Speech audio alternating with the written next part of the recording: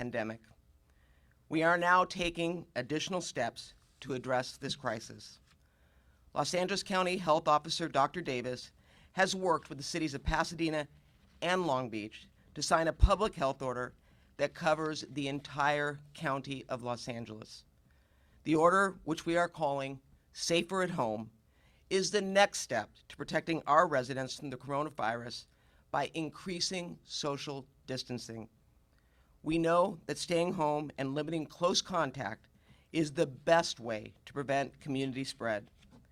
We know that social distancing does not mean restriction from going outside and does not mean isolation. We still encourage you to stay connected to your community and loved ones in creative ways and to spend much needed time outdoors. People working in essential functions within the healthcare, government, and food industries will still be on the job, but we encourage other employees to stay home. The Safer Home Order allows communities to shop for essential items at the market, pharmacy, hardware store, and more. LAUSD and other school districts will continue to provide school services, which they should be doing. Under these guidelines, we're asking people to refrain from gathering in an enclosed space with more than 10 people. Details on the health order will be provided by Dr. Ferrer shortly and will also be available online, including a document that will be created called Frequently Asked Questions, and that will be available to all of our cities so that everyone knows what we are asking. We know this will have an impact on the social fabric of our communities. We are striving to minimize this burden while protecting the overall health and well-being of our residents. We can't tell you exactly how long these orders will be in place, but we all know it will be temporary. We don't have to maintain these restrictions forever, and they will have invaluable long-term effects. There is no need for fear. We have plenty of resources available to help our communities get through this. I would like to ask everyone to only purchase what you need. Please do not stockpile, which leads to empty shelves and causes people to panic. We have enough food and essential items for everyone. I want you to help your community the best way you can and continue supporting local food establishments. Keep getting food from local establishments and delis through takeout or delivery. You can also order online from your favorite retailers or buy gift cards so that you can shop in the store when they reopen. Please, let's be kind to all those around us. If you have an elderly neighbor or friend, check in on them and see if they need you to pick up groceries. If you're looking for other ways to give back, you can donate food to nonprofits, assemble hygiene kits for those in need, or donate blood. Being safer at home doesn't mean being alone. You are still an important part of your community. To be able to contribute, we need you first and foremost to be kind to yourself by supporting your own well-being. Remember, you can take a walk, learn a new skill, read a book, video conference with loved ones, or enjoy open spaces. I encourage all our residents to continue to heed local, state, and federal public health guidance. As we know, this is a highly contagious virus. That is why we need to adopt these restrictions and measures. I want to remind everyone that the county is here to be a resource, especially when it comes to the latest public health information and updates on closures and impacts to county services. Please visit us online at lacounty.gov/COVID-19. Again, lacounty.gov/COVID-19. We are regularly posting updates to our social media pages as well. I want to take this opportunity to thank the public in advance for your help. Our shared focus and resolve is what is going to get us through this and into recovery. Let's all work together to protect the safety and well-being of every resident in Los Angeles County. Before I hand over the mic, I would like to acknowledge my colleagues on the Board of Supervisors for their continued friendship and support. I have a strong Chair Pro Tem, Hilda Solis, who has been constantly by my side to ensure the safety of our residents in Los Angeles County. Supervisor Mark Ridley Thomas has been working tirelessly to prioritize a plan for those experiencing homelessness that are so susceptible to this disease. Supervisor Sheila Kuehl has been coordinating efforts with our probation department and prioritizing public safety, as well as emphasizing the need to serve our homeless population. And Supervisor Janice Hahn has been closely communicating with me to ensure the ports remain open and that they are well equipped to address the coronavirus while still allowing desperately needed goods to come into Los Angeles County. I am so grateful to serve our communities with them as our partners.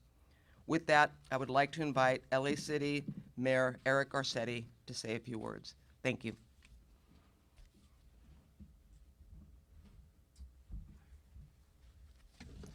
Thank you. And I know the mayors of Long Beach and Pasadena are going to join us up here to safe social distance if you'd like to come up now too as well. And thank you, Catherine Barger. I know a lot of people in Los Angeles have gotten to know you even more over the last few days.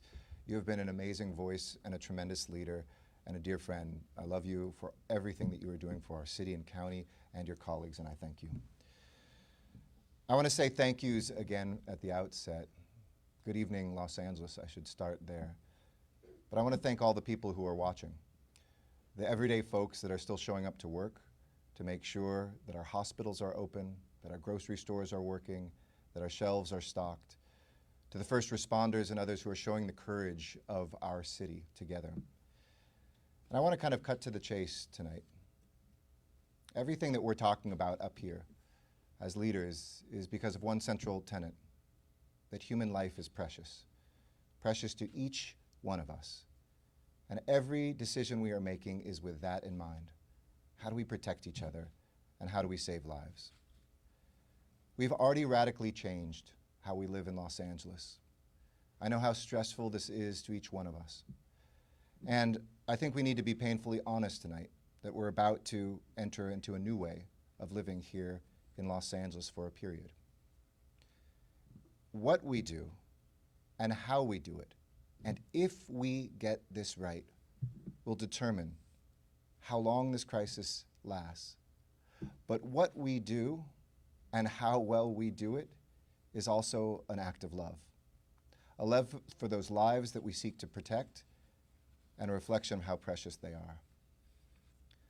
We've been through disasters before. We've been through earthquakes and unrest, recently through fires. But as I've repeated before, this is different. It's not just the incredibly brave men and women who are our first responders. It is all of us who have the fate of this crisis in our hands through our actions and our decisions. And the evidence is that the steps we've taken since Sunday are working. In many ways, we see for the first time, I can't remember the last time I've opened up a Google traffic map and seen green everywhere. That's a reflection that people actually are staying home. We can see it in the air, we can feel it on the empty streets, and I want to thank you, because those are the only metrics we can really go by to see whether people are abiding by what we're asking them to do. But I don't want to sugarcoat it. Today is a day that will be seared into the story and the streets of this city. It will be a moment when everything changed. I think about our children who are growing up. Part of a generation, this will be their 9/11, their moment. And we have to explain this to them. We have to safeguard them. We have to hold them. I call it Generation C. This generation that is out there right now looking and feeling and wondering, Mom, Dad, whoever takes care of them, what is this all about? And we need to step up for them. We have a cadre of our parents and grandparents who are the most vulnerable, who, if we get this right, we'll look forward to years and decades ahead with them, hearing the stories of this moment when we came together. They're the most vulnerable amongst us, who are already fighting disease, who live bravely through pre-existing conditions, those who are out on the streets in inhumane conditions, and this moment can be a moment when we save them too by the actions we take. This will be a day that stretches and tests the soul of this city, but I'm confident that across Los Angeles County, we will rise to the moment. So why are we making this decision? The data is crystal clear. We're at a point where the increase and the rate of increase, at least of the tests we're getting back. And we all know there's not enough tests. This whole nation and all of us were woefully unprepared for this moment. But it's the same rate that we see in a place like Italy. We are trying to intervene earlier, and we are trying to be one of those countries where that curve starts to flatten. In 1918, cities that took action quickly are the ones in which fewer people died. During the Spanish flu, those that moved more slowly, these were the ones in which, it moved more slowly, more people died. We cannot wait, and we must act now. I love this city. I love its people. And while I make these decisions with a heavy heart, I make them with a very clear mind and a steely determination in the days ahead, with deep gratitude for our public health officials who are guiding us through this.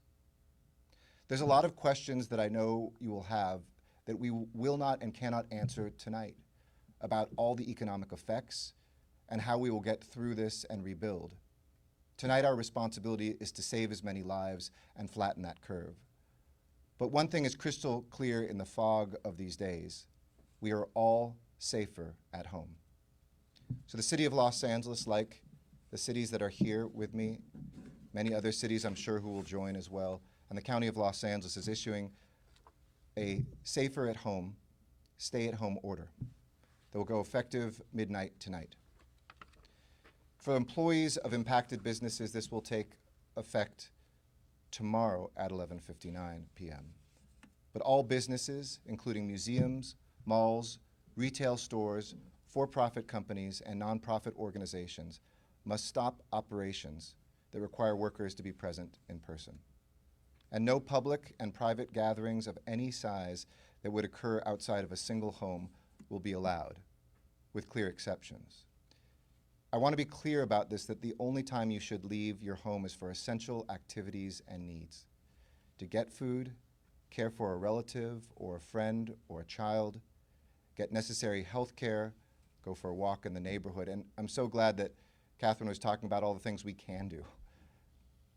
I think that there's been terrible terms out there like lockdown. Nobody is locked down, and we encourage you not to be locked down. This is not shelter in place like a school shooting. This is stay at home, because you're safer at home. And the only people who should be leaving home and going out are those whose jobs are critical to the safety, the health, and security of the city, as well as the economy of recovery for us and the nation during this crisis. Emergency personnel, first responders, government employees, medical professionals, and vital infrastructure workers will be able to continue their jobs, but they need to exercise the social distancing that can save their lives whenever and wherever possible. The same applies only to critical businesses such as healthcare providers, grocery stores, news outlets, hardware stores, gas stations, dry cleaners, and laundromats, which are permitted to remain in operation. And I know a lot of people will have a lot of questions. Go to lacounty.gov, go to your city's website. For those of you that are City of LA residents, you can see those details and some of the frequently asked questions at coronavirus.lacity.org. If we can slow the spread, we can buy days. And when we buy those days, that means that we can get ventilators, and we can get beds, and kits, and masks, and tests, and this will save lives. That's why we're asking this of you today. One last area I want to address is we do live in a free society. It's the bedrock of who we are. We aren't taking people forcibly like in other countries and forcing them to be home.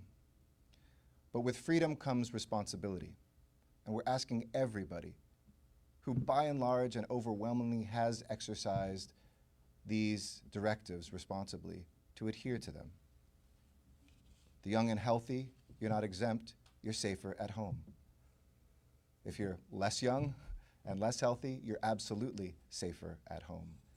It's not a time to go to the beach in big groups, to take the whole family to go to the market, to get together with gatherings with friends. This is not the time. And we don't take these steps lightly, but we take them firmly. This is an act of love for the city that we love. This is LA love. There's no ands, ifs, or buts. This is an order. But one last thing, too, is this is not some sort of alien invader. This is no racism or xenophobia can change what this is. This is not a military war that we are at. This is a health emergency. We're not attacking each other. In fact, crime is down and acts of generosity are up. And our fates are in our own hands. How can I get what I need, the minimum, while still staying 6 feet apart from as many people as possible? This is an exceptional city, but we can't wish this away. Even if we're earlier in this than other places, there's no magic moat around us. It's going to be the same everywhere, and those that act quickly have a chance at being protected more than those that don't. The city will continue to operate, the lights will be on, the water will still come out of the tap, people won't lose their housing, they won't get kicked out of their businesses. LAUSD will continue to feed, and thank you to LAUSD and other school districts that are distributing food. But this is not a request, this is an order. But I've always told my team, do everything in your hearts with everything that we do to lead with love. And Los Angeles, this is our moment to lead with love and to protect those lives that mean everything to us. May God and the Spirit of strength lead us through these days. With that, I'd like to turn it over to my brother who leads one of the biggest cities in California and the second biggest city here in the county, Robert Garcia. Thank you. And I want to begin by thanking Mayor Garcetti and, of course, the entire Board of Supervisors whose leadership in this time has been incredibly important. I want to speak first and just say that to the citizens of Long Beach that are watching and really across the county, this is a serious step, and I think all of us realize that we are in a serious health crisis. I want to note that it's incredibly important that all citizens, all residents across the county, and especially those I know that are watching in Long Beach, follow the health orders that are being released, and they will begin at midnight tonight. Long Beach has its own health department, as does the County of Los Angeles, and of course, the City of Pasadena, who's going to speak in just a moment. And I want folks to know in Long Beach that the City of Long Beach and our health department is putting out the same orders that are going out today through our other partners across the county. We also want people to know that safer at home means exactly that. If you can stay in your home and you're not doing an essential travel or essentially traveling, please stay in your home with your family. It also means that almost all retail businesses and businesses across the county, Los Angeles, Long Beach, Pasadena, will be closed unless it's an essential service. I also want to note, and this is something that Mayor Garcetti has been talking about with our partners, as you're out in the next few days visiting, picking up food, going to the grocery store, please know that there is also no food shortage coming into the county or the city of Los Angeles or the city of Long Beach. While we know that many places need to be restocked, supplies are coming, food is on its way, and we have talked to warehousing and distributors, letting them know the needs, and all of that is on its way. And so please be kind, be compassionate, be courteous, and know that especially seniors and those most vulnerable need access to food, to supplies, and fortunately most markets are also having special hours for these groups. Also a message to our ports and our workers at our ports. We understand, especially the ports of Los Angeles and Long Beach, understand how important our role is to the economy and to goods moving in and out of our country. And so those ports continue and will continue to support the work that happens there. And my last message I wanted to say, beside agreeing with everything that has been said before, is I have a special message also to all of the young people out there. I know that we've been hearing a lot on the television and in the news that this is something that affects mostly seniors or older individuals. That is just not the case. The truth is that while vulnerable populations like seniors are certainly in a much more risk position, young people are getting sick, and young people can absolutely carry the coronavirus and this virus to other vulnerable populations and are vulnerable themselves. And so it's incredibly important that as young people, whether you are a teenager and you want to go out with friends, or whether you are bringing people together as young folks, it is your responsibility as this next generation to be responsible and take care of your parents, your grandparents, and your community, and please stay at home and use social distancing. That is incredibly important. And with that, I want to bring up and welcome the Mayor of Pasadena, Terry Tornick, who's also going to say a few words.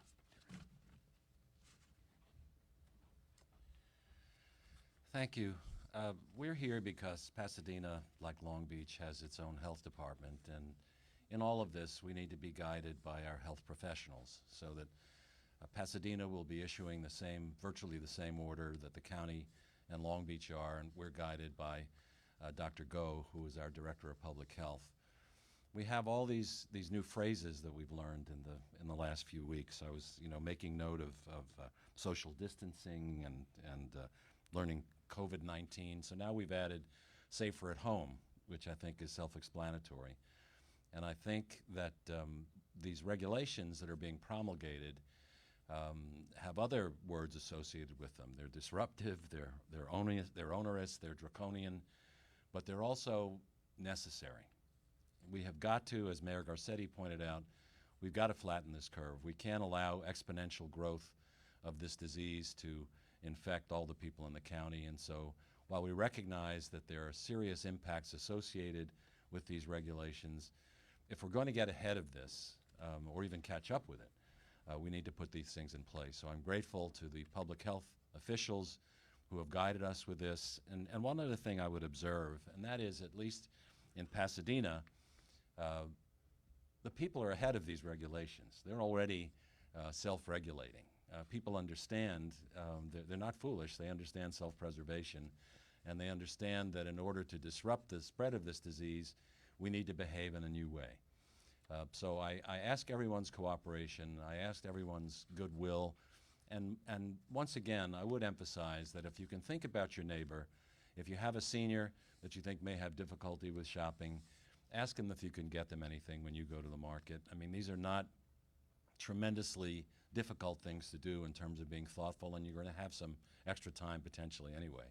So please, let's reinstitute the sense of community that we have throughout Southern California, make sure that we look out for each other, and I'm confident that with everyone sort of pulling in the same direction, that we can beat this thing and get ahead of it. So I'm grateful to the County Supervisor, Catherine Barger, to Mayor Garcetti, to my colleague, Mayor Garcia, and with that, I will introduce the Director of the County Health Department, Dr. Farrar. And my apologies. Good evening, everyone, and thank you so much. I am so honored to be here with our leaders, who have led both exceptionally well and with an enormous amount of courage. So I want to particularly thank Supervisor Catherine Barger and all the other supervisors for the board here in the County of LA.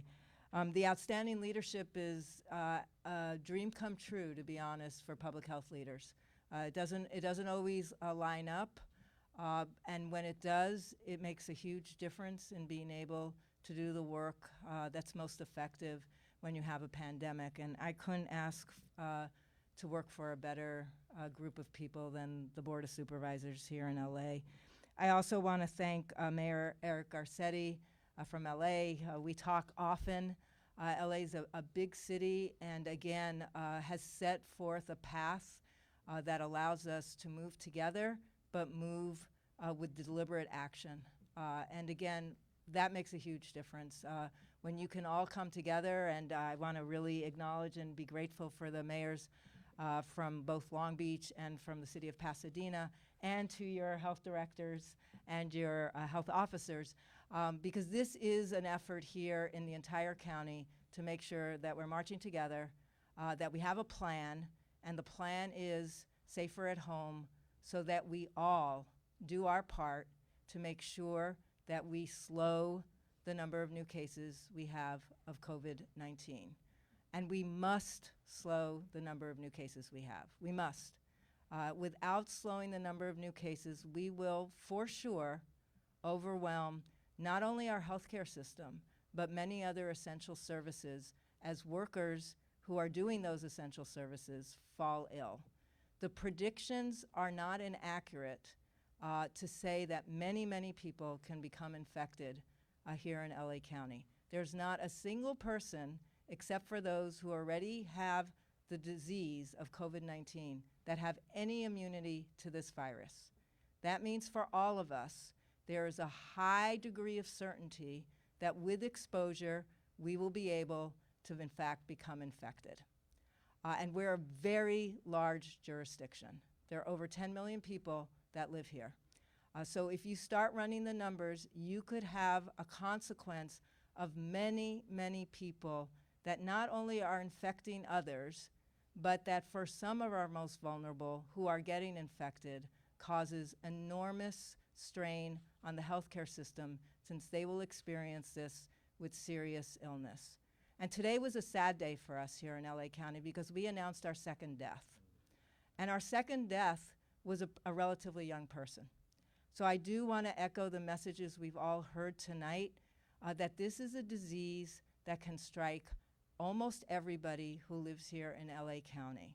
And there is no security in thinking that you're either not going to be affected or don't have the responsibility to protect others. We must think about the fact that each one of us on any given day can be carrying this infection, and that the people we're with and connected to may also transmit this infection. That's why we need to stay 6 feet apart for as much time as possible with as many of the people who we're interacting with throughout the entire day. And obviously, the less people we interact with, the easier it is to reduce your chance of exposing someone and someone else's chance of exposing you. And I too want to echo the thanks that have been expressed tonight for our essential workers. I know my team is in that group of essential workers, and they're working really long hours.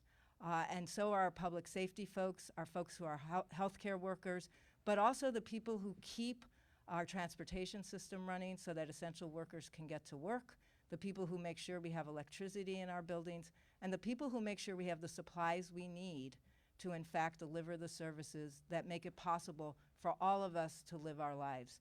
So I want to, just express my heartfelt thanks. Many people are nervous, many people are scared, but those essential workers are coming into work every day to do their part, and it's up to the rest of us to do our part to protect each other. So I want to talk just for a minute about what's in the order, and it is the Safer at Home order. What we did is we enhanced the previous orders of closure throughout LA County, and this order will go in effect, as noted, at midnight tonight, and it will stay in effect through April 19th, 2020, with the possibility for an extension should that be appropriate. As noted, all public and private group events and gatherings of 10 or more people are prohibited anywhere in LA County. If you have a smaller gathering between 2 and 9 people, you can only have that if you can guarantee that there's social distancing of at least 6 feet apart from everybody in that smaller group, and you must enforce access to either hand washing facilities or hand sanitizer at any group gathering that has less than 10 people. You have to post signs in conspicuous spaces that instruct anybody attending any place of business that's essential, that if they're experiencing any symptoms of respiratory illness, they must not enter the space. This order also requires the closures of indoor malls and shopping centers, indoor shopping centers. All non-essential retail businesses must also close. Outdoor malls must enforce the strict social distancing requirements if they are to remain open, and again, it's only for essential retail services. All non-essential retail services everywhere are asked to close. Indoor and outdoor playgrounds for children, except for those that are within a child care center or a school, are also closed. And we ask that everybody adhere to all of the original guidances, orders that we issued later last week. That includes that bars remain closed, gyms remain closed, entertainment centers remain closed, theaters remain closed, all large event venues remain closed, and food establishments are only open for pickup, delivery, or drive-through. What's not included, and you've heard in the health officer order, are, again, the essential services that make it possible for all of us to live every day. So grocery stores are not included, supermarkets are not included, food banks are not included, outdoor farmer markets are not included. Schools and child care centers are not included. Businesses that provide food, shelter, social services, and other necessities of life for economically disadvantaged people may remain open. Gas stations, banks, and financial institutions may remain open. Hardware stores also may remain open. Plumbers, electricians, all of sort of the folks that make it possible for our infrastructure to keep running, their businesses remain open. Healthcare operators and all facilities, healthcare facilities remain open. Transportation services remain open, as do residential facilities that house our most vulnerable.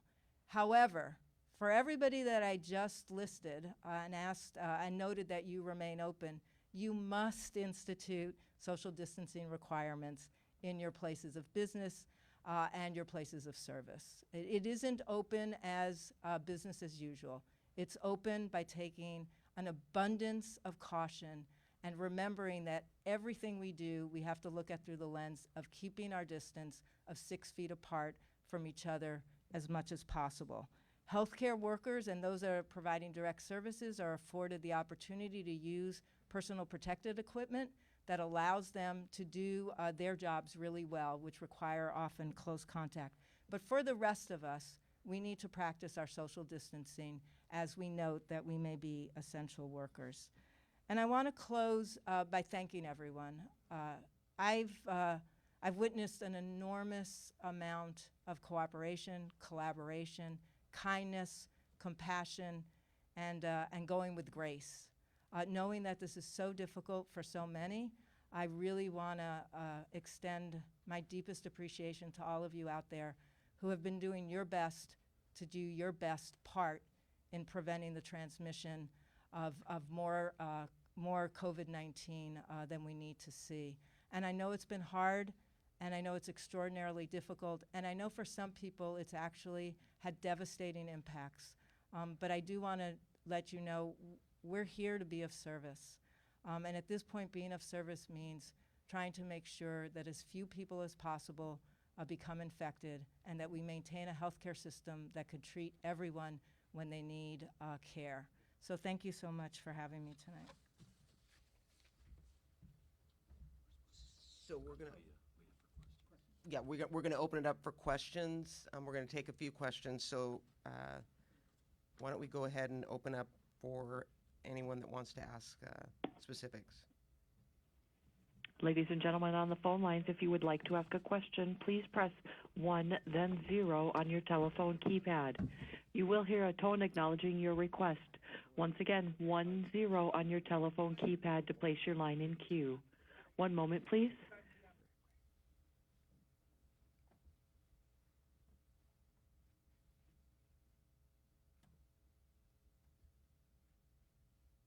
Just wait for the question. First question is from the line of Claudia Tisciuta. Please state your name, or excuse me, please state your media outlet followed by your question. Yes, thank you. Claudia Tisciuta with KNX Radio. Can you talk about how enforcement of the order might work? What can people expect to see? Well, I mean, you know, the goal is for people to comply with this. It's not going to be law enforcement. I mean, we're encouraging people to get out and walk. When it comes to restaurants, I think Dr. Ferrer talked about the fact that we have the ability from a health department standpoint to go in and withdraw their health permit if they do not comply. But overall, the malls and all have already stated that they are going to comply with that. So in terms of enforcement, we're not going to have law enforcement going out there and arresting people, but we are going to have enforcement as it relates to those businesses and all that are not complying. And I don't know how you want to talk about that in the city of LA. Thank you, Supervisor, and thank you, Claudia, for the question. I spoke just a couple hours ago to our colleague, London Breed, who's the mayor of San Francisco, which is a city and county together, She said that there are a number of city workers, and we're looking at the same thing with our disaster service workers program that I've mobilized, that can go out, make sure that people are kind of maintaining that social distance, help supplement the public health professionals, because I know how stretched they are right now. She gave an example. There was a nail salon that was still open. The folks didn't speak English. They let them know they need to be closed. There's a program to assist small businesses and help that happen. So we're really going to be reminding people, trying to supplement that on the streets, but this is not one where people are going to be marched into jails and told. Obviously, where we saw some folks, even the restaurant order a couple days ago, there was one restaurant that said no way. In that case, we just had an informative visit from the police department, and the indoors dining was very quickly closed, and they had no problem with that. So it's a very light touch, but our message is that this is all in our own hands.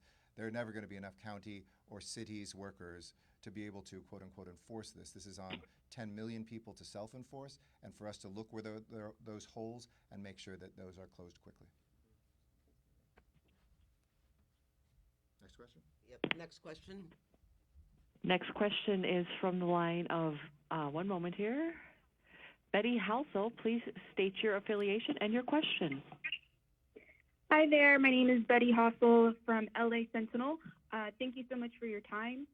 I just kind of want to get a very specific quote from either Mayor or Health Public, Barbara Ferrer. I just want to know exactly the core issue, or how do I put this? The guidelines behind this court order, or I'm sorry, this city order.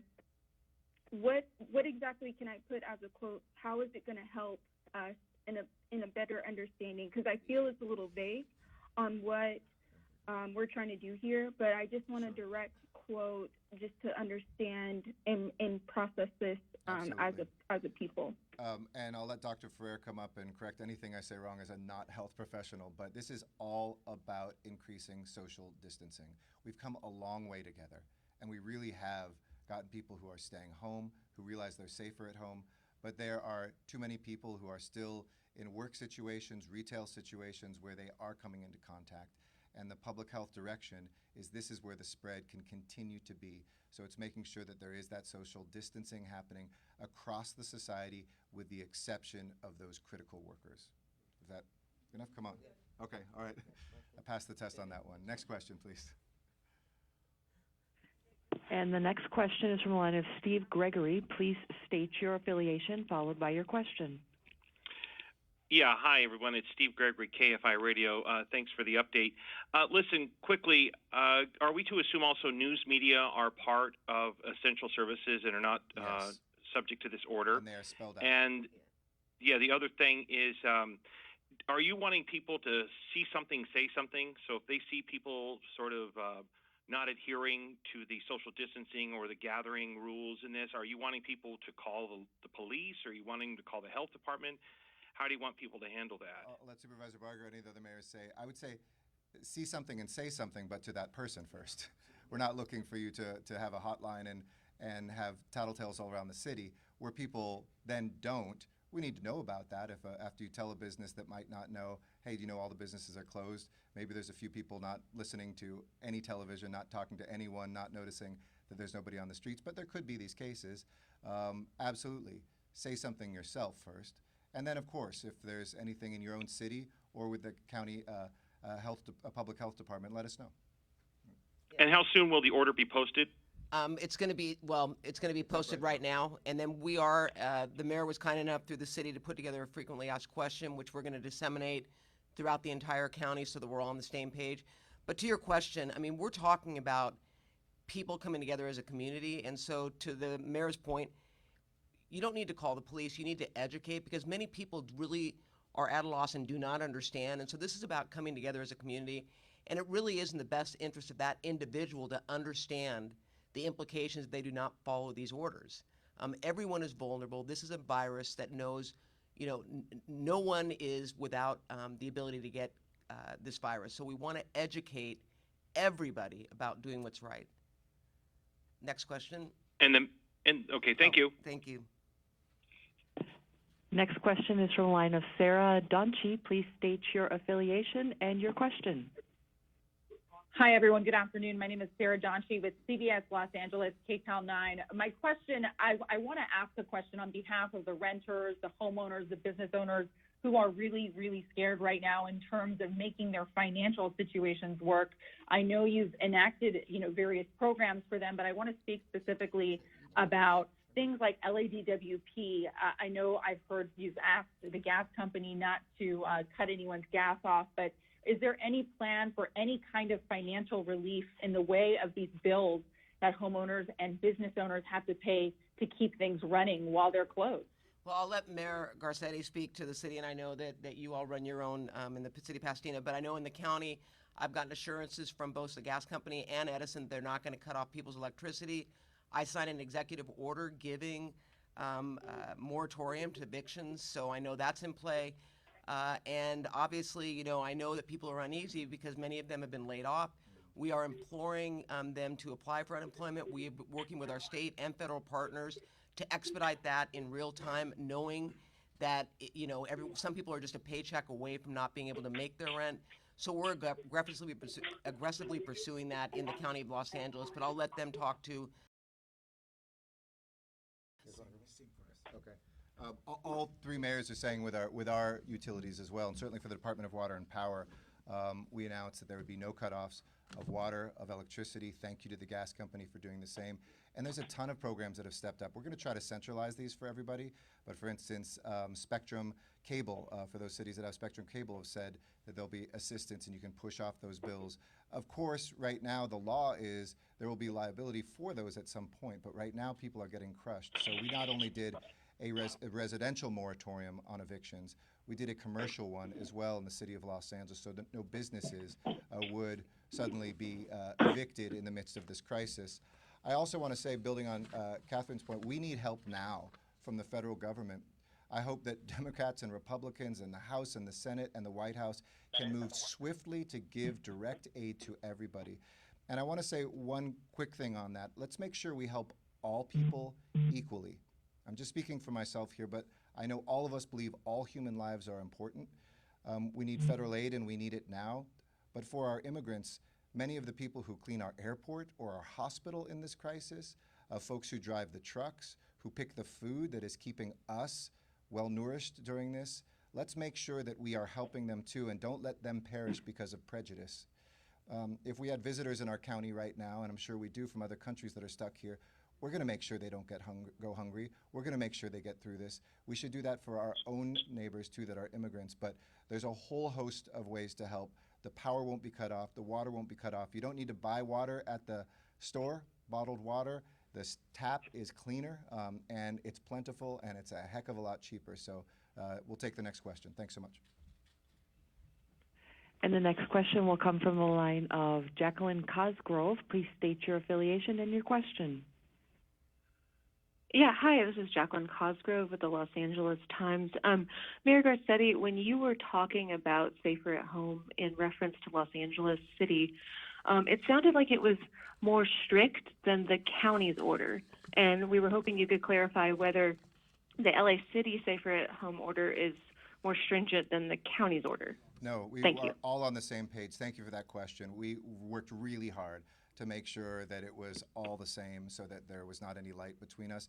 We know that there's also 85 other cities. This applies to the unincorporated areas of the county because 5 supervisors are mayors for those areas too.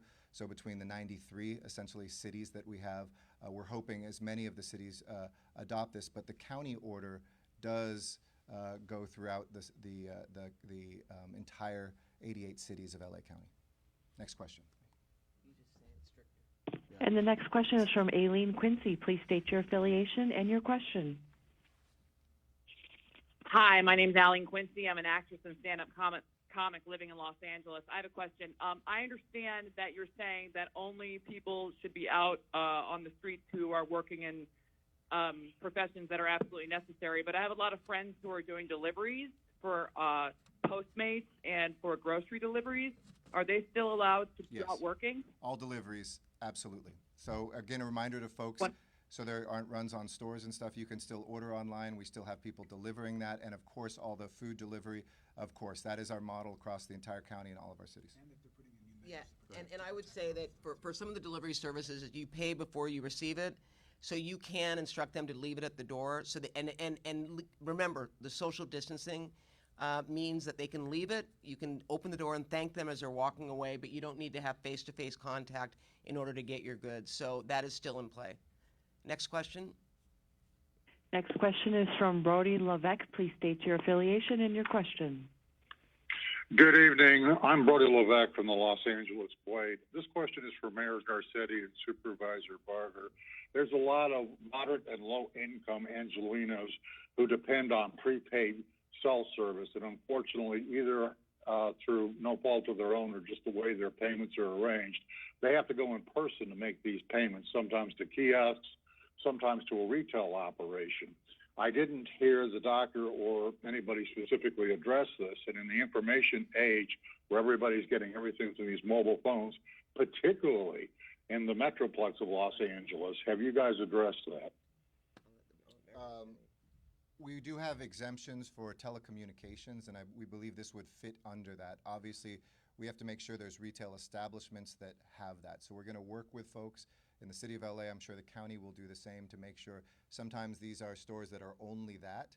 Other times it's at your 7-Eleven, at your grocery store, and at other places. So we're going to ensure that people can do that.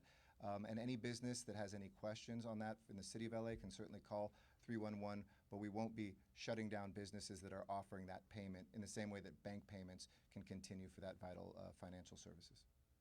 Next question.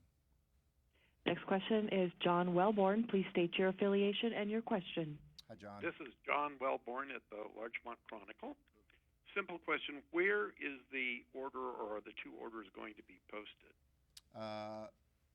LAcity.org, LAcounty.gov. For us, it's coronavirus.lacity.org and longbeach.gov, cityofpasadena.net. We aren't burying these things. Everybody's splash pages everywhere have this, I think, on that homepage. Next question. Is the line of Mary Beth McDade. Please state your affiliation and your question. Yes, hi. It's Mary Beth McDade with KTLA Channel 5 News. And, oh, sorry, I'll turn to my TV. A couple questions. First, how will this new order impact public transportation the way it's currently operating? And then also, people's property taxes are coming due on April 10th. Will this order impact those bills that are due with so many people now unable to work? You've got 3 of the 13 Metro directors up here. Let me take that one, then I'll hand over the property taxes to the county. There are no plans to stop public transportation. Tomorrow, Metro will be updating folks. As in other cities, there may be adjustments to some of the schedules, given that there has been drop-off. But we will never stop that because we need those hospital workers, we need those grocery clerks, we need even first responders, childcare workers to get to and from where they are. We're religiously cleaning our buses and our trains, our stations, asking people to keep those social distances when they ride, as we should be doing in our cars and other transportation. So there are no plans to cut off Metro. I can't imagine us ever doing that. And certainly, I don't want to speak for all the board directors, but I won't ever let that happen. The tax. And then as it relates to property taxes, we will have something up. I'm getting ready to submit an executive order that will waive penalty fees for those that cannot make their payment on the due date. It's not for everyone. If you're able to pay your property taxes, obviously we encourage you to do so. We're going to make it easy by going online and being able to do it, but it's going to be on a case-by-case basis, and so that will be, I will have something up on our website tomorrow on lacounty.gov that will give the full explanation, because many of those are in escrow accounts too, so those payments will come through, but it's going to be on a case-by-case basis, but we are recognizing that there is going to be a hardship for some individuals, and so we are trying to be as flexible as possible. Next question. The next question is from the line of Denoa Perez. Please state your please state your affiliation and your question. Hi, this is Dinora Perez with Telemundo. First of all, I'm not quite sure if you're going to be having any responses in Spanish. If so, I'd like to find out as well. Is there any way for us to quantify how this measure can actually reduce the number of potential cases and also reduce maybe the duration of the crisis so people can understand how important it really means and what the impact would be if we wouldn't have done a measure like this? And if you are responding in Spanish, can you also explain what people can do? Can people go outdoors? Can people go to the parks? Can kids play in the playground? Okay, I'm going to ask Dr. Ferrer to come up and answer about the curve and what we're hoping to achieve, and then I'll let Mayor Garcetti answer as well. I think at the end we will do a Spanish address, maybe Mayor Garcia, Dr. Ferrer, so you'll get kind of a little bit of the overview speech in Spanish, and we can see whether we have time for questions as well, but happy to get that answer on advice in the meantime, but we will, right after this section, do that. Dr. Ferrer. Yeah, it's a very good question, and it's a hard one to answer with exact numbers. But there are some studies that recently came out, one from London and one from Harvard University, that have done some modeling to allow us to absolutely be able to look at what the impact would be if you did everything in our toolkit to try to flatten the curve. And here in LA, it would result in thousands and thousands of less people infected, and that's really what we're trying to do. It actually is tens of thousands of people would be less likely to be infected over a very short period of time. I think the area where it's harder to predict is how long does it take for us to actually see enough of a reduction in the numbers of new cases that we feel confident that we can talk about relaxing some of the restrictions and moving beyond where we are today. And I think the scientists are still looking at that. One of the things that you do when you flatten the curve is you rely on the fact that what you're doing is just slowing the rate of transmission, not necessarily stopping the rate of transmission. And it's so hard for us to understand how that could possibly help, but the way it helps, because it means the same number of people might get infected, but they're just going to get infected over a longer period of time so that you don't have this huge peak in the number of people who are sick and need health care, because that's what overwhelms the healthcare system. Is if we added 10, 20, 30,000 people over a week that needed to come into our healthcare system, you can imagine that that would require a lot of surge capacity. We think we have a wonderful healthcare system here, but the best way to keep it highly functional is to actually make sure that we don't see that peak of tens of thousands of people that all need care at the same time.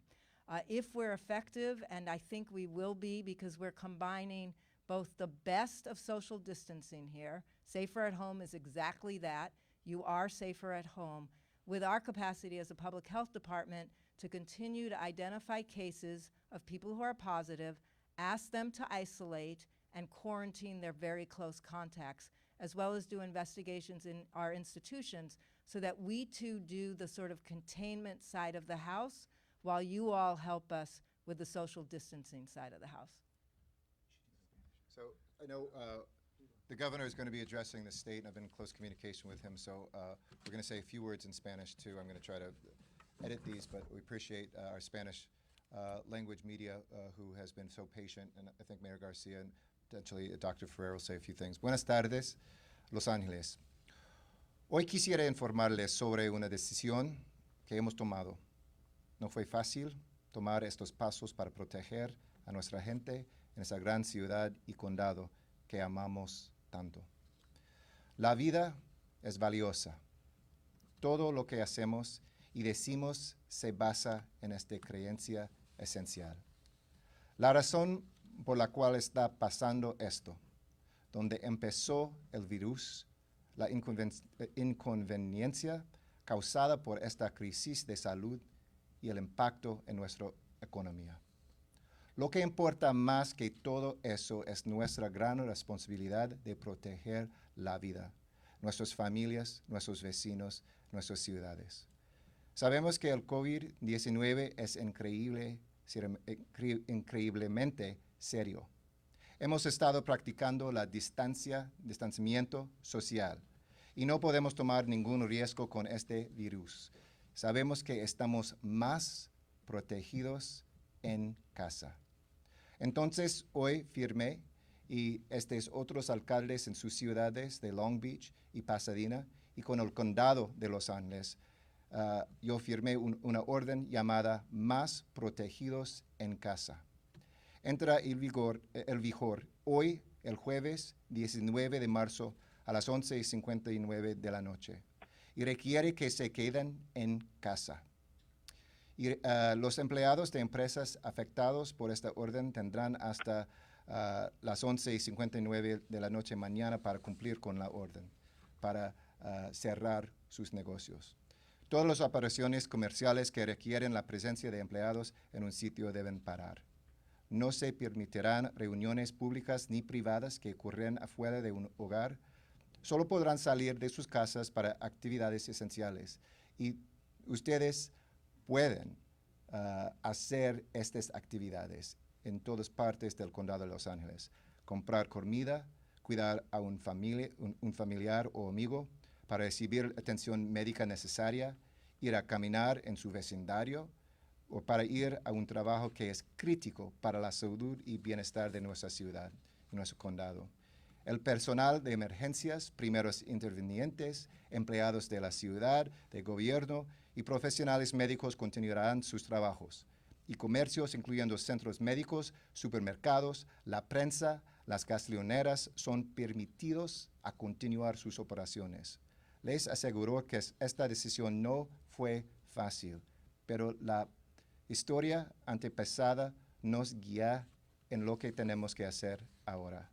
Sabemos que durante la pandemia de gripe en el 1918 habían dos clases de ciudades, las que tomaron acción inmediata y decisiva y las que esperaron hasta que fuera muy tarde. Nosotros no estamos esperando, estamos tomando acción ahora. With that, hand over to Brother Man. Soy Robert García, el alcalde de Long Beach. Nomás quería decir un mensaje especialmente para la gente joven que están mirando ahorita. Es bien importante que ustedes sepan que este virus, el coronavirus, es para toda la comunidad. Todos lo pueden tener. Yo sé que están ahorita como gente joven, tienen que también ver a tus abuelitos y tus abuelitas y estar con ellos. Y quédense en la casa, por favor. Si no tienen que salir, por favor, no salgan a la gente joven. Eso es bien importante y es bien serio. Para toda la comunidad, para todas las familias, si se pueden quedar en la casa, por favor, se queden. Gracias. Dr. Ferrer, please. Buenas tardes a todos. Estoy aquí a darme las gracias a nuestros líderes aquí que están con nosotros. Ellos están trabajando incansablemente en la lucha contra el COVID-19. Estoy aquí con la supervisora Barger y a todas las supervisoras del condado de Los Ángeles que están haciendo un trabajo bien fuerte. Aquí con el alcalde Eric Garcetti de la ciudad de Los Ángeles, el alcalde Tornek de Pasadena y el alcalde Roberto García de Long Beach. Debido a la importante y creciente amenaza que representa el COVID-19, hoy el oficial de salud del condado ha emitido una mejora de las órdenes de cierre de todo el condado de Los Ángeles. Y estos son órdenes para todo el condado. A partir de esta noche a las 12 de medianoche hasta el 19 de abril de 2020, todos los eventos grupales públicos y privados y las reuniones de 10 personas o más están prohibidas en cualquier parte del condado de Los Ángeles. Las reuniones entre 2 y 9 personas deben cumplir con el distanciamiento social, donde todos están separados por al menos 6 pies. Este orden también requiere el cierre de lo siguiente: negocios minoristas no esenciales, centros comerciales, patios de juegos en la puerta y en el aire libre para los niños, excepto aquellos que están en guarderías.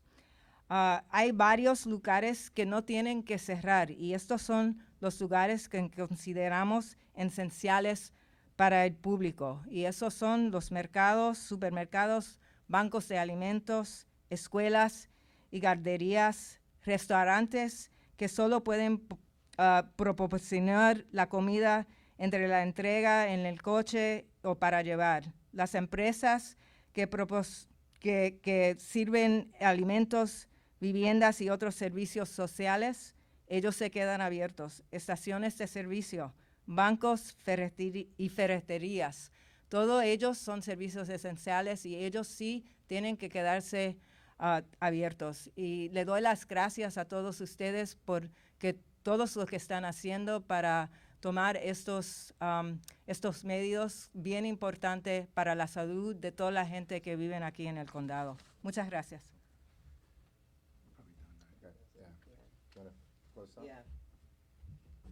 All right. Well, I want to thank everyone for being here. Again, I want to thank my partners, Mayor Garcetti, Mayor Garcia, Mayor Tornick. We are all in this together, and united we can and will make a difference working together. So with that, thank you very, very, very much for being here tonight. Thank you. And this concludes our conference. Thank you. Ladies and gentlemen, that does conclude your conference. Thank you for your participation. You may now disconnect. I just read the sign. People.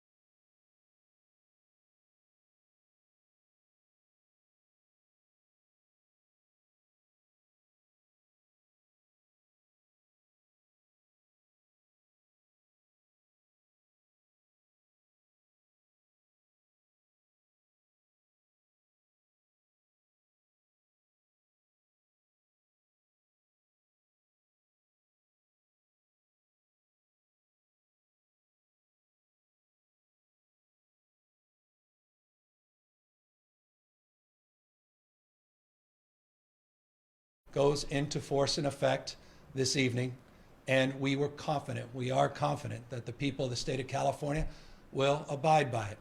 They'll do the right thing. They'll meet this moment. They'll step up, as they have over the course of the last number of weeks, to protect themselves, to protect their families, and to protect the broader community in this great state and the world that we reside in.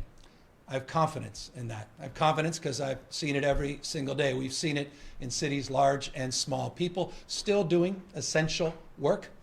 People still providing essential services. People still going out to the grocery store to get food, walking their dogs, practicing social distancing, nonetheless, when they're out in the streets. People still getting their medicine. People still going about doing the kind of essential work that is required to meet this moment. The order provides for all of that, just as these other orders that have been put into place in cities large and small across the state have afforded. People will ask, well, how will you enforce? As I say, there's a social contract here. People, I think, recognize the need to do more and to meet this moment. People will self-regulate their behavior. They'll begin to adjust and adapt as they have been quite significantly. We will have social pressure that will encourage people to do the right thing, just to nod and look, saying, hey, maybe you should reconsider just being out there on the beach, being 22 strong at a park. It's time for all of us to recognize, as individuals and as a community, we need to do more to meet this moment. Enforcement comes in many shapes. You have a regulatory framework, you have licensing frameworks. I don't believe that the people of California need to be told through law enforcement that it's appropriate just to home isolate, protect themselves, go about the essential essential patterns of life, but do so by socially distancing themselves from others and do so using their common sense. Now, why is it important that I advance this new order? It's for the following reasons. We've been doing pandemic planning in the state of California for now over a decade. Now we're moving into application, implementation, and that includes the latest technology and data collection, the ability to work with artificial intelligence to mash that data up, to really look at trend lines before they become headlines. And what we're seeing, not only on the ground, but we're seeing through the data, is this spread continues at a pace that we had anticipated in a number of our models. Let me be precise. It's a number that we have been using for the purposes of guiding our resource delivery and guiding our decision making. We estimate in the United States, we've heard this number across the rest of the world, that people, 30% of the population, as high as 70% of the population, may contract the virus. In California, we've been working with those numbers. As a nation state, 40 million strong, we've been organized around an attack rate, as we refer to it, of about 56%, that the virus will impact about 56% of us. You do the math in the state of California, that's a particularly large number. That number in and of itself shouldn't be overly alarming. The vast majority of us, the overwhelming majority of us, won't have symptoms, will be perfectly fine. But there is a subset that we're concerned about that will impact, not be impacted by the virus, but also potentially can impact others, including impacting our capacity to deliver the high quality services, not only to meet the moment as it relates to COVID-19, but to provide for all the acute care that millions and millions of Californians depend on every single day. So we're looking at a hospitalization rate by using those numbers. And forgive me, I know sometimes these numbers get confusing, but a 56% attack rate, if you assume that R naught, which is the number of individuals that you may come in contact with that can contract the virus, if you use that formula, we believe with a 20% hospitalization rate, a little bit on the higher end, though some would argue it could be much higher, some believe it might be much lower, but 20% hospitalization rate, it's about 19,543 people that would need to be hospitalized under that scenario, above the existing capacity of our system. So that's the planning methodology we've been using. I'm being very straight with you. And these are numbers I can assure you governors, mayors, administration across the country are working with. But I think it's time to tell you what I tell my family, what I tell my wife, just as I did 2 nights ago when I told my daughter that I don't believe that this school year she'll get back into that classroom. And those are difficult conversations, and I know they're conversations you're having in real time, and you're having with one another as I speak. And I deeply appreciate the anxiety of these difficult conversations, but we must have them. But as we work through that planning process, 19,543 beds in our system, I'm able to look at our existing capacity. Let me be specific of what our existing capacity looks like. We have 416 hospitals in the state of California. We have capacity to provide care beyond our hospital system, but within the hospital system, we have a capacity to surge the number of beds beyond the 78,000 currently staffed beds by an additional 10,207. By the way, that number changes on a daily basis, but that's today's number. So looking at the 19,500 plus individuals in our planning, looking at that surge capacity, about 10,000, we are looking at a delta, a gap, that requires about 10,000 beds, 10,000 members of the community to staff those beds. And that's currently what we're up against. But here's the point. That's a planning document. If we change our behaviors, that inventory will come down. If we meet this moment, we can truly bend the curve to reduce the need to surge, to reduce the need to have to go out and begin to cobble all those assets together. Though I want you to know we are doing just that. We always plan, we always anticipate. Let me give you some proof points. Today, We just secured a very large hospital in Northern California, Seton. It's now part of our portfolio, and we're going to populate that hospital as an example to meet the moment. Tomorrow, we'll announce a hospital in Southern California. That's 750 beds, those two hospitals combined. We start to stack this, 750 here. The motels that we're currently, and hotels we're currently negotiating with, we start stacking those master leases for those hotels.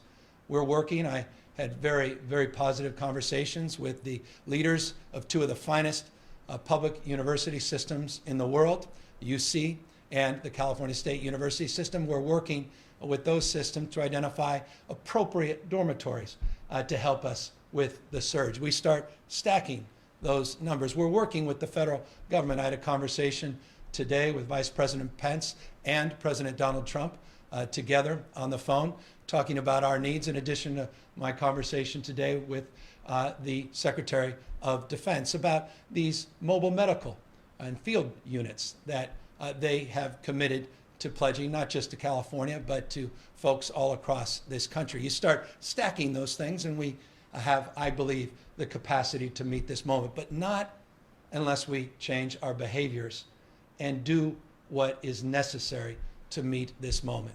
Let's bend the curve together. Let's not regret. Let's not dream of regretting. Go back, say, well, you know, we coulda, woulda, shoulda. Now when the data all points to where I think most of us know we're going. One has to be transparent. One has to be honest. It's difficult at times being the bearer of these messages. I can assure you, home isolation is not my preferred, choice. I know it's not yours, but it's a necessary one. We started with seniors 65 and over, the most vulnerable population, and we'll continue to overly focus on that population and those with compromised immune systems. But we now need to broaden it to all Californians. So that's the order we're putting out today. It's consistent with the leadership we've seen at the local level, including, I want to acknowledge Mayor Garcetti and others in Los Angeles and LA County that are recognizing and meeting this moment.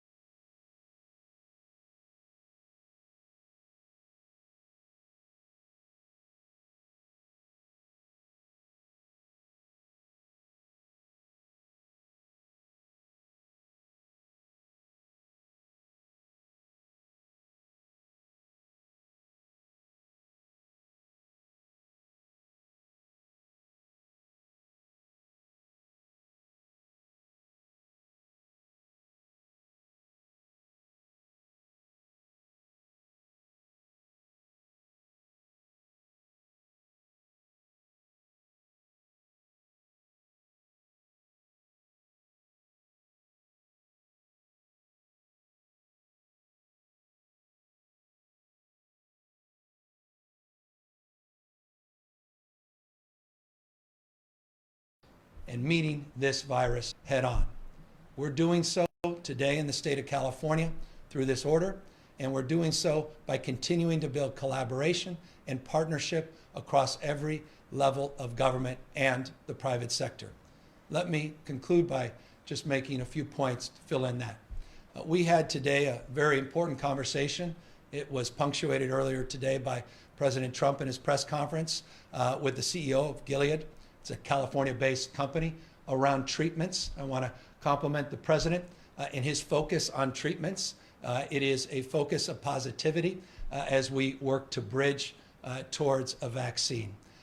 It was a very encouraging conversation. It's a conversation that we can have with many other CEOs of companies, not just in the state of California, but for that matter around the rest of this country and around the rest of the world.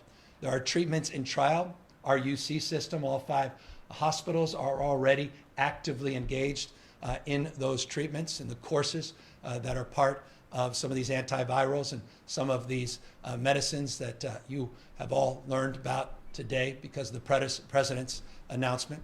That's very encouraging, and we want to continue to build capacity and build partnerships. Along those lines, we are working to build capacity and partnerships to get more protective gear in the state of California. You've all been seeing headlines. Some of them we've driven by our own anxieties in that space. Others by their own limitations of access and gowns and gloves, glasses, and other protective gear. Here's the good news in the state of California. I was talking to the Vice President and the President today, thanking them for the first national stockpile transfer of assets that we just received, where we received quite literally hundreds of thousands of gloves and face masks, not just N95, but also surgical masks. We're going to be starting to get that cache of assets out into our diverse communities throughout the state of California. Many of you know we had our own cache, our own storage of N95 masks.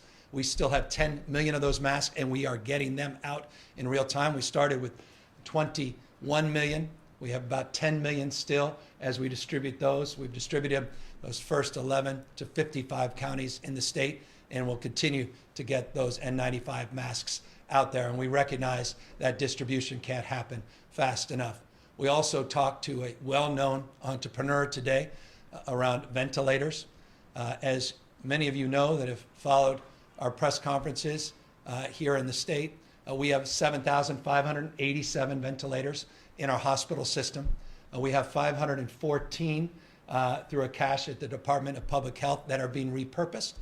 We have an additional 200 in our EMSA cache that we are repurposing, and then we ordered an additional 200.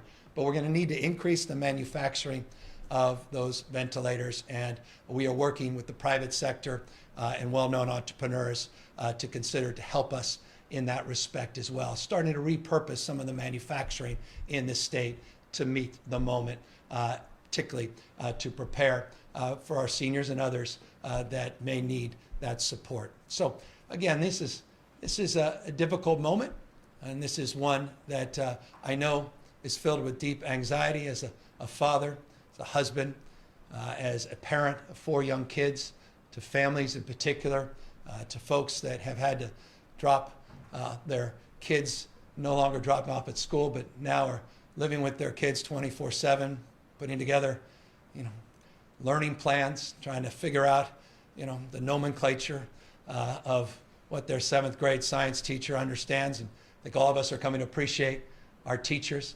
We're all coming to appreciate each other, I think, a little bit more. We don't see this through the lens of rural, urban. We certainly don't see it through the lens of a Republican and Democrat. I think we're all human beings, deeply capable of loving one another, meeting this moment, and beginning to love ourselves.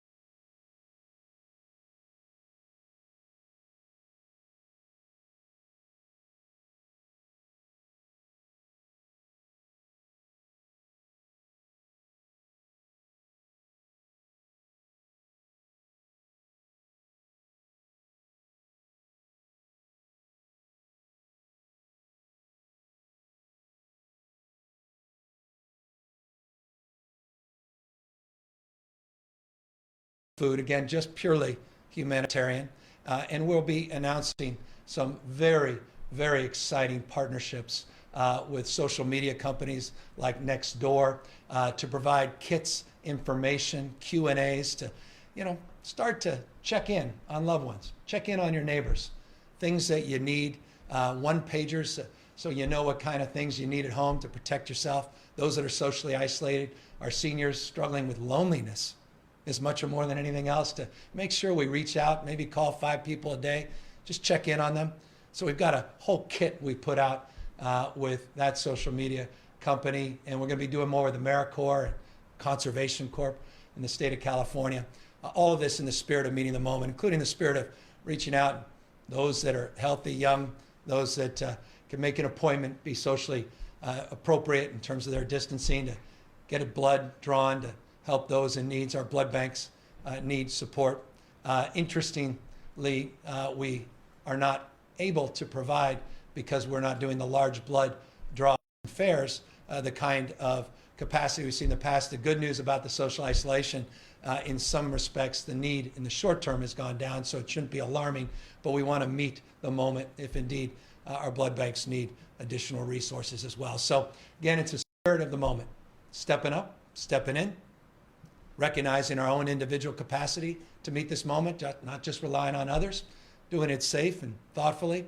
And again, I just cannot express more appreciation for the collaborative spirit that has defined this moment across agencies, across jurisdictions, across this country, into the White House, the Pentagon, Health and Human Service agencies across this country, sharing best practices across state, and of course the CDC and their leadership. So with that, we're here to answer any questions. I've got a team assembled behind me, and I thank all of you in the state of California for recognizing this moment and meeting it. First question, Sophia Balog, Safi.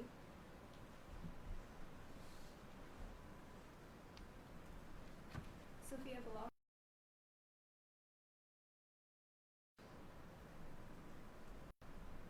Part of hospital staffing, and specifically, can you explain whether we have enough doctors and nurses and what your plans are to staff the additional medical facilities you're acquiring? Yeah, so we've been working very collaboratively. Just yesterday, we had representatives representing the panoply of healthcare delivery system broadly defined from the hospitals on down, representatives of doctors and others, nurses clearly.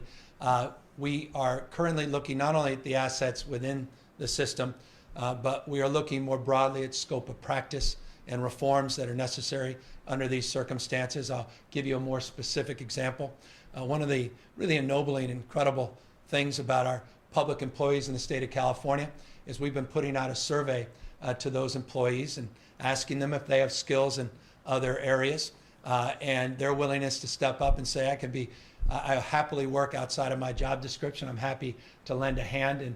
And so we've got nurses and doctors and paramedics, all part of the California workforce in different capacities, and we're pulling them in to help supplement. Also working with our federal partners at HSS as it relates to adopting a staffing regime and strategy that can help support not just those mobile field units, but also potentially to help us with these hospitals that are coming online. I don't know if Dr. Galley, you want to amplify and fill in any blanks as it relates to additional thoughts related to staffing. Sure. We continue to work, just as the governor said, with our partners across the state in the healthcare professions, including working on the ratios and different things to make sure we can staff up. We're looking at individuals who've recently retired to come back and support these new facilities and existing facilities. We know that some healthcare professionals who are not as busy in their outpatient practices, nurses, doctors, nurse practitioners, other healthcare professionals can step up and are willing to join us as we build up this capacity in new facilities and increase our capacity in our existing facilities. So it has felt, and it continues to feel, like a all hands on deck mission. We're having great conversations with all of our partners across the state. The willingness is enormous. We are daily receiving emails and calls with the willingness to step up and help. We know this is going to be a challenge, but we believe Californians together are going to meet it. Next question. Kathleen Renee, Associated Press. Hi, Governor. Thanks for doing this. Thank you. Do you have a sense of how long this statewide shelter-in-place order is going to last? And then, you talked about the state has been modeling and has been kind of seeing where this has been going for days now. why now did you decide to issue this today? Was there a specific number or thing that changed that made you take this extra step? No, I think it's we've been very fluid, as you know, on a daily basis. We've been adjusting to changing conditions, not only here in the state, but changing recognition across this country and an understanding of what's happening in other parts of the globe that require us to adjust our thinking, quite honestly, on an hourly basis, not just a daily basis.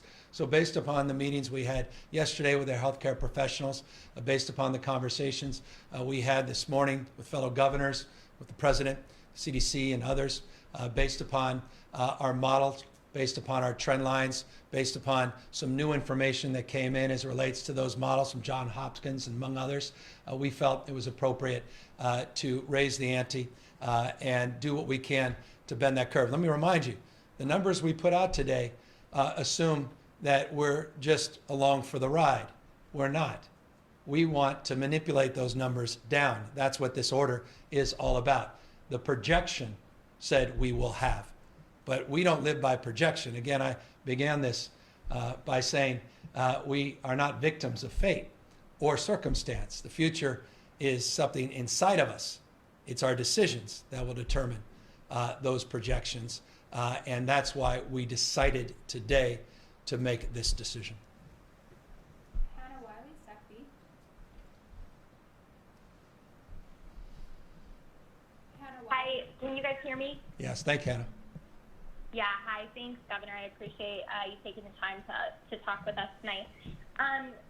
We're hearing a lot from state workers that they're still being told to come into work, and you touched on this a bit last night, but does the state have the capability to have workers telecommute and the numbers needed for social distancing?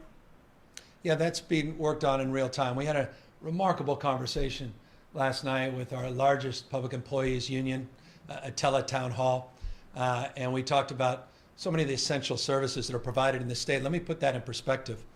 When you consider police and fire and those in our corrections industry broadly defined, you're over 50% of the workforce operating on some form of 24-hour support. So it's deeply defined as essential. Those in non-essential positions that have skills are being surveyed to see if they could provide essential capacity and fill in voids that may exist or persist throughout our system. But when we look across the panoply of services, overwhelming majority of those services we believe we can meet based upon that criteria, and that criteria is being processed in real time in terms of making the actual determination to your question around how many individuals can telework, how many people don't have that kind of broadband access or otherwise are not positioned because of their particular job to get any big benefit from telework. So all of that is being processed, and we're working very collaboratively with our teams in HR to make all of that real. But it's a constant and never-ending adjustment. Sosa Morar, SACB. Thank you, Governor.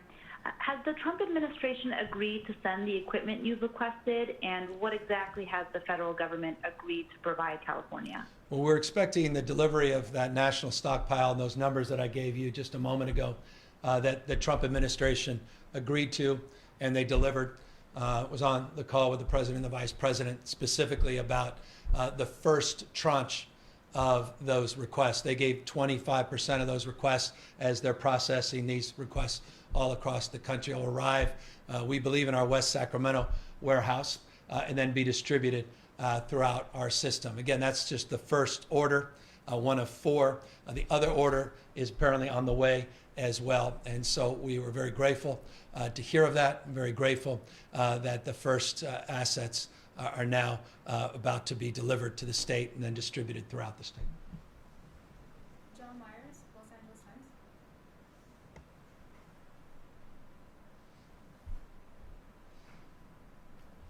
John Myers. John, you there? I'm there. Anybody hear me? Perfectly. Governor, can you hear me? Perfectly. Fantastic. One more time. I want to go back to the projection in the letter that you sent to the president of the $25.5 million, which I understand, as you've said a moment ago, is a projection if nothing else happens. At least one of my colleagues has talked to an epidemiologist at Harvard who thinks in 8 weeks that would be, in his words, a catastrophic number, and that they normally talk in terms of 18 months when you're looking at numbers like that, and that would be really bad. Yeah. Are you sure? I want to understand the methodology, the science behind a potential of 8 weeks and 25.5 million people. Yeah, let me ask Dr. Galley, who's better prepared to answer that in detail. Sure. And Dr. Angel, who's here as well.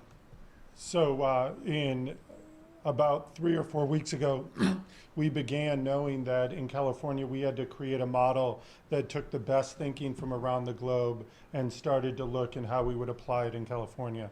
And using the available literature, advice from the CDC, and our understanding and experience in California, we applied a variety of different measures that looked at an attack rate, that looked at the R0, as the governor has described, which is that infectivity ratio, or that one person's infected and how many others will be infected. We looked at that time, hospitalization rates that we had available, as well as other outcome measures. And given that, we knew that the attack rate of 56% that we chose, that was somewhat in the middle between our two, the high end and the low end of what we'd seen in the literature, would be that fairly high number, that if we did nothing across California and it spread the way that we'd seen the spread of disease in other countries that experienced it before us, we would have a majority of our state affected by the disease. We knew that that did not equate to the same number of people who would be sick enough to seek care, sick enough to be hospitalized, and then beyond that, sick enough to need the level of ICU level care that we worry about most and some of the worst outcomes. So we built the model in collaboration with the CDC, as the governor said, to guide our planning so that we were prepared across California. And we are very glad we had built that model, because it's put us in a great position with our partners across the state to be prepared for what we are starting to see, which are hospitals with many patients and patients who are in the ICU and having outcomes that we've seen in other countries. And we feel like we are well prepared because of that planning to meet this moment and be prepared for what's coming up in the days and weeks to come. And I deeply recognize how alarming those numbers are, and they drive headlines, but the one that matters to us is that 19,543, that 20% hospitalization rate. That's the number that guides so much of our decision making, and that we are advancing very purposefully. Doug Silver, KCBS Radio. Oh. Hi, Governor. Can you hear me? Perfectly. Oh, good. All right, Governor. First of all, I've about a million questions, but I'll only ask a couple of them. I want to go back to Kathleen's question. You didn't answer the part about how long you anticipate this actually lasting. Is there a date on this order for how long it would last? And then also, will there be any actual enforcement? And if not, how practical and impactful do you think it will have, given how many people are still going out, going to stores, going to essential jobs? I think that's all you'll let me ask for now, but let's try that. Yeah. Well, we want people to go to essential jobs. We want people to deal with their essentials in a thoughtful and judicious way.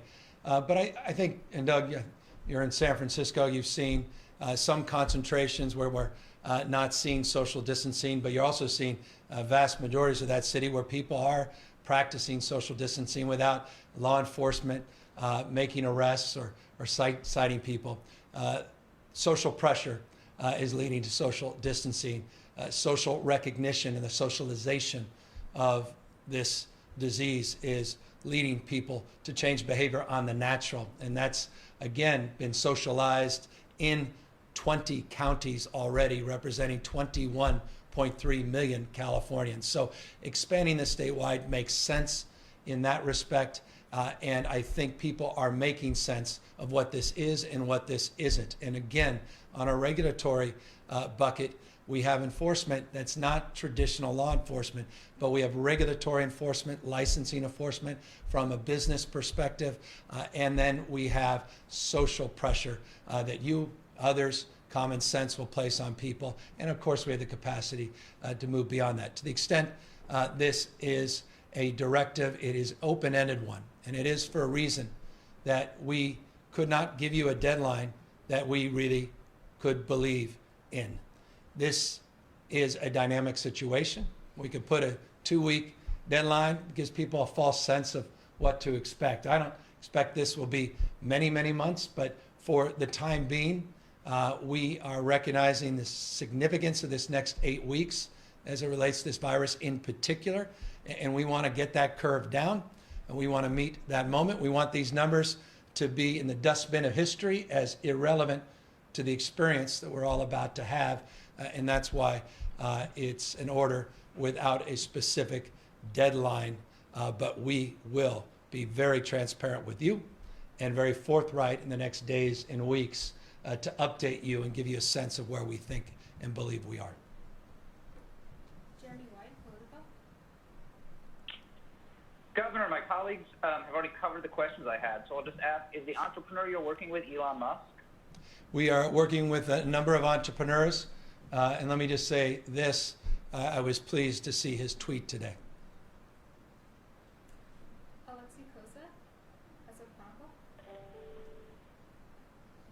Hi, Governor. I wanted to follow up on John Myers' question. I don't think it was quite fully addressed, but even with the orders to the 23 million Californians and all of the other social distancing measures so far, are you still operating under an assumption that we're on track for the 25 million Californians infected within 8 weeks, unless we all go under this stay-at-home order? The point of the stay-at-home order is to make those numbers moot, to bend that curve. When we say bend the curve, that means the projection no longer becomes a reality because we changed our behavior, and as a consequence, that curve, that projection, that trend line becomes something very, very different in reality.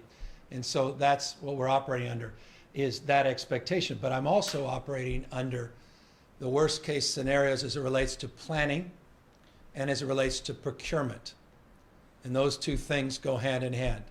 Procuring the physical assets, the human resources that are necessary. Physical assets include the hospitals, include the medical support teams, and the personal protective gear. And all of those things are being looked at through this lens, bottom up. All the numbers we just talked about are numbers in the aggregate. We don't live in the aggregate. We live in communities large and small, diverse throughout the state of California. So do our resources. And so we are working, for example, conversation I had with the Department of Defense today about looking at their resources, providing those resources in the deeper part of Northern California, in Central California, in different parts of the state, so we can make sure that we are meeting the adequacy of resources that are required. Clearly, there is a dominant focus right now in the Bay Area, particularly in Santa Clara, where we have to be overly resourced, but we have to anticipate those needs more broadly defined. Final question, Jackie Fox, Cal Matters. Hi, Governor. Thank you. There are more than 2 million undocumented immigrants in California, and many don't have access to health care. And certainly people who don't have access to, well, insurance or Medi-Cal might be a lot more concerned about going to the doctor to get treatment or testing or necessary medical advice about what they should be doing right now. I'm wondering what you plan to make sure that they stay safe and also that the community at large stays safe for those people who do not have access to Medi-Cal. Well, we're a universal state. We practice pluralism, and we're a state that has universal health care. Sadly, it's in our emergency rooms. For those that are fiscally conservative, that should concern them because that universal health care costs the taxpayers a fortune. In the state of California, as you know well, we believe in universal health care. We believe in prevention. We believe in reducing costs and advancing the health of all the residents in the state of California. You're right, by some projections, 2.3 to 2.5 million Californians, by the way, have averaged being here over a decade. Many, overwhelming majority of mixed status families, very impacted by the public charge rules, very impacted by the anxiety of this moment, and when we're seeing even ICE raids recently in the state. So we are trying to do everything in our power in a very culturally competent way to reach out to those diverse communities, those mixed status families, to tell them the following. We already, and I applaud the administration for recognizing this, I hope ultimately they'll give up on the public charge reforms that set us back. But those that are receiving public benefits, that are in the process of making a determination around their status for permanent residency or otherwise, they are not going to be impacted by being recipients of those services through this crisis. And we need to remind people that. We need to socialize that across the state. We're also going to be doing a series of PSAs that meet people where they are and remind people of the things we already have done. We have universal health care regardless of immigration status that we expanded last year up to the age of 26. And clearly, as you know from my budget, we had a desire to do even more. To the extent we can, we are doing that. We're looking at the entire budget, looking at the existing proposals that we introduced in January, looking at where the legislature is currently in terms of whether or not they'd support it. But the magnitude of the economic impacts and the costs broadly have obviously put a reminder that we have to contextualize all of the needs together. And that was the importance of the call with Speaker Pelosi today, and incredible imperative to have federal government support, particularly in one area, and that's unemployment insurance. There's no greater impact quickly in terms of unemployment insurance. And as you've seen, those claims have skyrocketed in the state of California. 40,000 a few days ago, 70,000 2 days ago, 80,000 claims yesterday. New numbers will be providing you very shortly from yesterday. It gives you a sense of the magnitude of this moment, but we'll meet it for all our diverse communities. Let me just, conclusion, since that was the last question, make this point as well. I'm very proud to be a Bay Area kid, born and raised, but one of the things that doesn't make me proud is part of our past. I come from a community that initiated the Chinese Exclusion Act. I remember a guy by the name of Dennis Kearney in the East Bay and city and county of San Francisco. Was a populist in the time, and he began and ended every speech by saying, whatever else we do, the Chinese must go. That yellow fever led to the Chinese Exclusion Act. It's a real black eye in the history of the United States of America, our state, my city. One thing I also want to express is deep, deep recognition of the xenophobia and the racism that is being perpetuated against Asians in our state. We have seen a huge increase in people that are assaulting people on the basis of how they were born, the way they look. And I just want folks to know we are better than that. We are watching that. We're going to begin to enforce that more aggressively. And I just hope people put down their bigotry, their bias, and recognize in a state where 27% of us are foreign born, a state that, as I said, is truly universal, the most diverse state in the world's most diverse democracy, that in order to meet this moment, we have to recognize our common humanity. And so it's in that spirit I conclude, and I thank all my fellow Californians for recognizing the urgency of tonight's call. And over the course of the next few days, we look forward to working very closely with everybody so everyone understands where we are and where we're going as a state and as a nation. Good night, everybody.